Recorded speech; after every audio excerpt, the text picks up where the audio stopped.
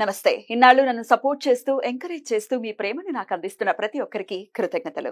అలాగే ఈ వీడియో కూడా ఖచ్చితంగా మీకు ఉపయోగపడుతుంది. లైక్, షేర్ అండ్ సబ్స్క్రైబ్ చేసి మీ సపోర్ట్ని నాకు అందించండి. అలాగే ఈ వీడియో పట్ల మీకున్న అభిప్రాయాన్ని కమెంట్ సెక్షన్లో కమెంట్ చేసి తెలియజేయండి.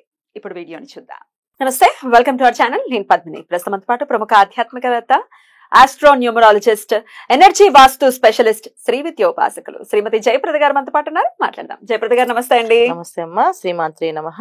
అక్టోబర్ మాసం సింహరాశి వారికి ఎలా ఉంటుందని అనుకోవచ్చండి? సింహరాశి వాళ్ళకి ఈ మాసం అక్టోబర్ మాసం ఏంటంటే కాస్తంత అనుకూలంగా ఉన్నాయన్న. కొన్ని గ్రహాలు ప్రతికూలంగా పనిచేసినప్పటికీ కూడా కొన్ని గ్రహాలు మాత్రం అనుకూలంగా పనిచేస్తున్నాయి. ఏ అనుకూలంగా పనిచేస్తాయి అంటే వివాహాలు వాళ్ళకి ఎప్పటి నుంచో ఎదురు చూసిన వాళ్ళకి వివాహాలు అయ్యే అవకాశం ఈ మాసంలో సింహరాశి వాళ్ళకి ఉంది. సంతాన భాగ్యం ఒకటి ఉంది. తర్వాత ఇల్లు కొనుక్కోవాలి, కారు కొనుక్కోవాలి అనుకునే వాళ్ళకి యోగం ఉంది. ఎందుకంటే వీళ్ళకి అక్టోబర్ 10వ తారీఖు నుంచి గురువు మారడము, గురువు వక్రించడము, మారడం అంటే ఆయన వక్రిస్తున్నాడు ఒకటి. రెండు ఏంటంటే వీళ్ళకి రవి బుధుడు ఇద్దరు అనుకూలంగా జరుగుతున్నాయి పనులన్నీ. అంటే అనుకూలత ఎక్కువగా ఉంది రవి బుధుడు వల్ల.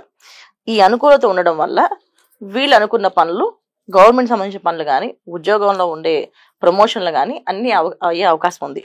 సో ఈ మాసంలో వీళ్ళు కొంచెం బద్దకించకుండా మా పని మేము చేయగలం, ఖచ్చితంగా చేస్తామని అవ్వట్లేదు అనుకోకుండా ప్రయత్నం చేసే ప్రయత్నం లోపమే తప్ప మిగతా అన్ని పనులు చక్కగా అవుతున్నాయి. వాళ్ళు ప్రయత్నం చేయకపోతే జరగదు కదా. ఇంట్లోంచి వెళ్ళకపోతే ఆ పని అవ్వదు. వ్యాపారస్తులకి ఎప్పటి నుంచో వ్యాపారం మొదలు పెడదాం, ఒక మంచి పార్ట్నర్షిప్ కానీ లేకపోతే మంచి స్థలం కానీ వెతుకుతున్న వాళ్ళకి ఈ మాసం అనుకూలంగా ఉంది. చాలా చక్కగా మొదలు పెట్టచ్చు. అన్ని విధాల అనుకూలంగా ఉన్నాయి సింహరాశి వాళ్ళకి. ఎవరెవరికి బాగాలేదంటే విద్యార్థులకి కాస్త ఇబ్బంది ఉంది. తర్వాత విద్యార్థులు, తర్వాత వీళ్ళు చేసే విదేశాల్లో పనిచేసే ఉద్యోగస్తులకి కాస్త ఇబ్బంది ఉంది. ఎందుకంటే వీళ్ళకి ఈ మాసం సప్తమ శని భగవానుడు, అష్టమ రాహు ఉన్నప్పటికీ కూడా విదేశాల్లో కొంచెం వీళ్ళకి ఏంటంటే ఒకంత బాగా ఇబ్బంది పడే అవకాశం ఉంది. కుజుడు కర్కాటకంలో వ్యయ స్థానంలోకి మారినప్పుడు కాస్త వీళ్ళకి కొన్ని రిలేషన్స్ కట్ అవడం కానీ, కొన్ని ఖర్చులు రావడం కానీ, ఉద్యోగాలు పోవడం కానీ, అంటే విదేశాల్లో ఉన్న వాళ్ళకి జరుగుతుంటాయి. ఇక్కడ వాళ్ళకంటే కూడా విదేశాల వాళ్ళకి ఎక్కువగా ఉంది. సో అలాంటి విషయాలు ఉన్నాయి. సో ఇక్కడ ఉన్న వాళ్ళకి కూడా కొంతమందికి ఏంటంటే జాతకంలో అంతర్దశలు కానీ కుజుడు నడుస్తున్నప్పుడు, ద్వాదశంలో కుజుడు వచ్చినప్పుడు ఖచ్చితంగా వీళ్ళకి అక్కడ రిలేషన్స్ ఖర్చులు, అధిక ఖర్చులు, అధిక భారము, ఏదో ఒక ఇబ్బంది తెలియని రావడం జరుగుతుంది.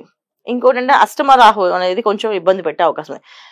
ద్వాదశన కుజుడు, అష్టమ రాహు అనేవాళ్ళు ఏంటంటే వాహనాల మీద వెళ్లే వాళ్ళు కాస్త జాగ్రత్తగా వెళ్ళాలి. యాక్సిడెంట్ అయ్యే అవకాశం ఉంటుంది. ప్రాణం మీదకి వచ్చే ఇబ్బందులు ఉంటాయి. ఇలాంటివి కాస్త ఉంటాయి కనుక శుభశకునాలు చూసుకొని ఇంట్లోంచి వెళ్ళడం అనేది వీళ్ళకి ఉత్తమ ఫలితాలు వస్తాయి.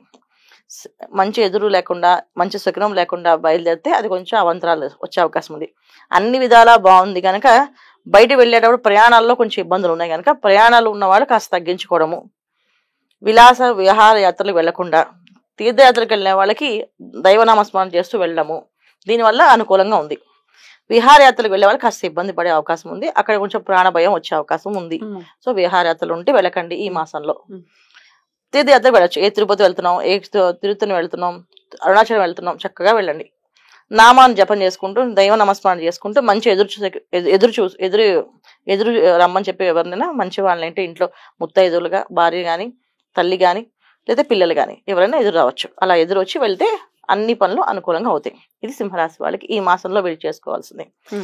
ఎవరికి బాగాలేదంటే ఆయిల్ బిజినెస్, పెట్రోల్ బిజినెస్ చేసే వాళ్ళకి కొంచెం ఇబ్బందులు ఉన్నాయి ద్వాదశలో కుజుడు వచ్చినప్పుడు. అది ఎందుకంటే సప్తమ శని భగవానుడు, ద్వాదశ కుజుడు కాస్త ఇబ్బంది పెట్టే అవకాశం ఎక్కువ ఉంటుంది. నీచ స్థానంలో కుజుడు ఎప్పుడైతే పడతాడో ఖచ్చితంగా వీళ్ళకి ఇబ్బంది పడతాడు. అది సో అందుకని వీళ్ళు ఆయిల్ బిజినెస్ చేసేవాళ్ళు, పెట్రోల్ బిజినెస్ చేసేవాళ్ళు, భూములు, రియల్ ఎస్టేట్ రంగాల వాళ్ళకి కాస్త ఇబ్బంది ఉంది కనుక వాళ్ళు కాస్త పరిహారం ఖచ్చితంగా చేసుకోవాల్సింది. సాదాసీదా ఉద్యోగాలు చేసుకునే వాళ్ళకి ఇబ్బంది లేదు. ప్రైవేట్ రంగాల్లో పనిచేసే వాళ్ళకి ఎటువంటి ఇబ్బంది లేదు. ప్రశాంతంగా వాళ్ళ ఉద్యోగం వాళ్ళు చేసుకోవచ్చు. ప్రమోషన్ కోసం ఎదురు చూసే వాళ్ళకి ప్రమోషన్ వచ్చే అవకాశం ఉంది. చక్కగా గవర్నమెంట్ సెక్టర్స్ లో పనిచేసే వాళ్ళకి కాస్త ఇబ్బంది ఉంది. ఎందుకంటే సప్తమ శని భగవానుడు, అష్టమ రాహు, తులసి ద్వాదశ కుజుడు ఈ ముగ్గురు కాస్త స్ట్రిక్ట్ ఆఫీసర్స్ రావడం, వీళ్ళ మీద ఇబ్బంది పెట్టడము, వీళ్ళని కాస్త ఎక్కువ వర్క్ ఇవ్వడము, ఇది గవర్నమెంట్ సంబంధించిన వాళ్ళకి మాత్రం ఉంటుంది. ప్రైవేట్ రంగంలో ఉన్న వాళ్ళకి పెద్దగా ఉండదు.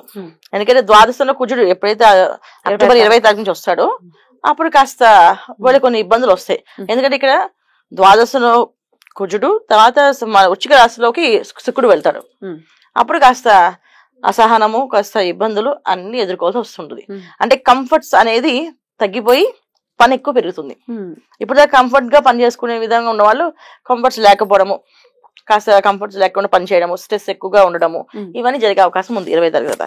వీళ్ళు కాస్త కంటిన్యూగా సూర్య భగవాన్ ఆరాధన చేయడము, ఆదిత్య హృదయం చదువుకోవడము. దీనివల్ల ఏంటంటే గవర్నమెంట్ సెక్టర్స్ పనిచేసే వాళ్ళకి అధికారుల నుంచి ఎటువంటి ఇబ్బందులు రాకుండా, వీళ్ళు డిస్టర్బ్ చేయకుండా వీళ్ళ పని వాళ్ళు చేసుకున్నట్టుగా విధంగా వాళ్ళు చేస్తారు. ఆదిత్య హృదయం చదువుకోవడము, సూర్య భగవాన్ ఆరాధించడము వీళ్ళకి ఉత్తమమైన ఫలితాలు ఈ మాసంలో. ఆదివారం నవగ్రహ ప్రదక్షిణ చేయాలి. ఎందుకంటే ఎన్ని గ్రహాల అనుకూలంగా ఉన్నప్పుడు ఒక్క పాపగ్రహం గట్టిగా ప్రతికూలంగా ఉంటే చాలు వీళ్ళు ఇబ్బంది పెట్టడానికి. అష్టమ రాహు చాలు వీళ్ళకి ఇబ్బంది పెట్టడానికి, ద్వాదశన కుజుడు చాలు వీళ్ళకి ఇబ్బంది పెట్టడానికి. చూడడానికి కుజుడు చిన్న గ్రహం అయినప్పటికీ కూడా బాగా ఎక్కువ ఇబ్బంది పడతాడు. అలాగే అష్టమ రాహు వీళ్ళకి ద్వాదశంలో ఎప్పుడైతే వీళ్ళకి మీనరాశిలో ఎప్పుడైతే రాహు ఉన్నాడో వీళ్ళకి అది అష్టమ స్థానం ఎప్పుడైతే అయిందో ఖచ్చితంగా కాస్త అనుకోని ఇబ్బందులు వస్తూనే ఉంటాయి. ఇవి జరుగుతాయి. అందుకని వీళ్ళు నవగ్రహ ప్రదక్షిణ చేయడము, నవగ్రహ ఆరాధన చేయడము, ఆదివారం పూట దేవాలయంలో గడపడము, ఆదివారం శాకాహార భోజనం చేయడము, ఆదివారం బ్రహ్మచర్యం పాటించడం, ఇంకా వీలైతే కింద పడుకోవడం ఆదివారం చేస్తే వీళ్ళకి వాళ్ళు అనుకున్న పనులన్నీ విజయవంతంగా అవుతాయి. అది ఎవరు ఖచ్చితంగా చేయాలి వీళ్ళు అంటే వ్యాపారస్తులు ఖచ్చితంగా ఈ పని చేయాలి, ఈ పరిహారం చేయాలి. మామూలు ప్రైవేట్ ఉద్యోగస్తులు శాకాహారం చేస్తే సరిపోతుంది. కానీ వ్యాపారం చేసే వాళ్ళు, వ్యాపార రంగంలో రాణించాలనుకునే వాళ్ళు మాత్రం ఖచ్చితంగా ఆ ఒక్కరోజు బ్రహ్మచర్యం పాటించి కింద పడుకోగలము అనుకున్న వాళ్ళు కింద చక్కగా చాపేసి పడుకోండి. ఏమి కాదు, మీకు ఆ మాసం అంతా కాస్త అనుకూలంగా ఉంటుంది. ప్రతి ఆదివారం ఒక్క రోజు చేయండి ఈ పని చాలు. సింహరాశి వారికి కొంత అనుకూలం ఉంది, కొంత ప్రతికూలత కూడా ఉంది.